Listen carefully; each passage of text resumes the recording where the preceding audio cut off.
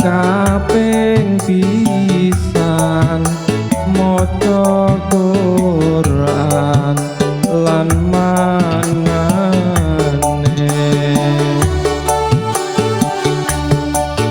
kaping pindho salat wengi lakonono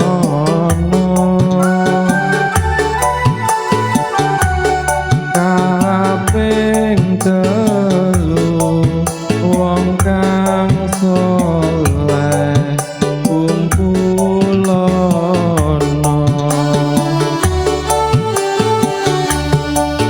kaping papat kudu weten engkang luwe kaping limo dikir wengi engkang suwe salah sawijine sapa bisa ngelakoni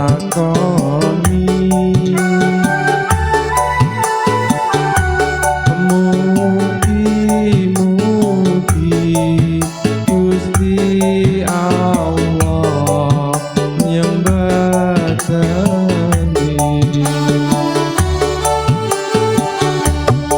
Oke, masih bersama Madu Ramalan kepada semuanya.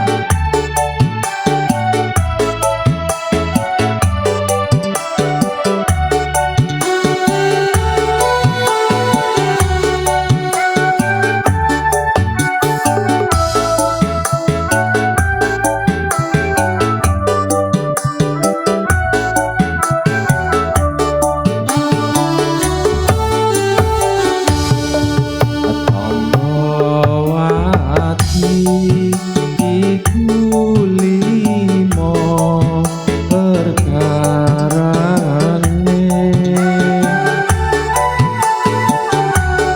kaping pisan maca Quran lan manane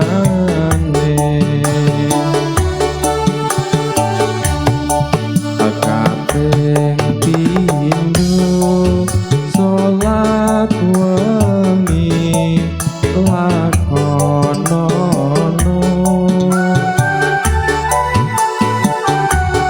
kaping telu wong kang saleh kumpulono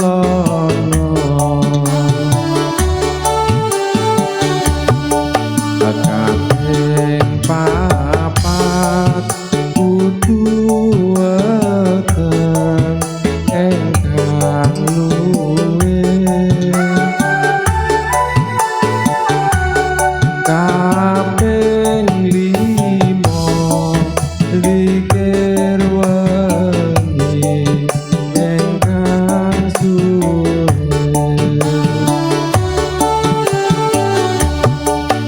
salah sawijine sapa bisa ngelakoni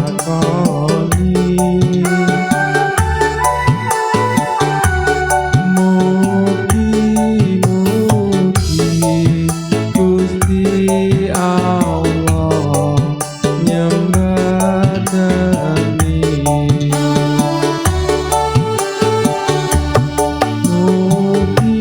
Mugi-mugi Gusti Allah nyembadani.